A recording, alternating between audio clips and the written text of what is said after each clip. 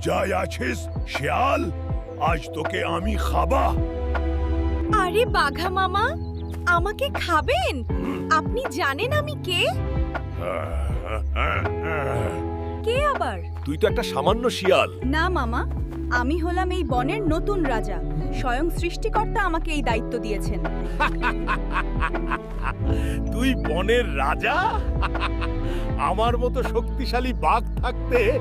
ঠিক আছে মামা, আপনার যখন বিশ্বাস হচ্ছে না তখন চলুন আমার সাথে। আমি আপনার সামনে দিয়ে হাঁটবো আর আপনি আমার পেছন পেছন আসবেন। বেশ, তাই হবে। যদি দেখি পশুরা তোকে ভয় পাচ্ছে না, তাহলে তোকে আমি তখনই খেয়ে ফেলবো। চুক্তি পাকা। চলুন তাহলে।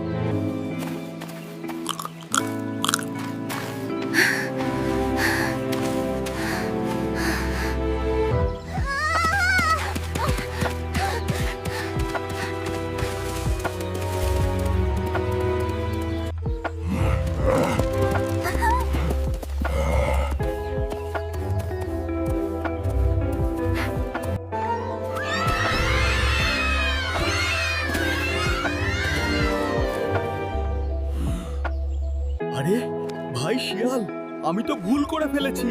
সবাই তো সত্যিই তোমাকে ভয় পায়। তুমিই তো এই বনের আসল রাজা। এবার বিশ্বাস হলো তো মামা? আমাকে মাফ করে দাও রাজা। আমি না বুঝে তোমাকে খেতে চেয়েছিলাম। আমি এখন চলি।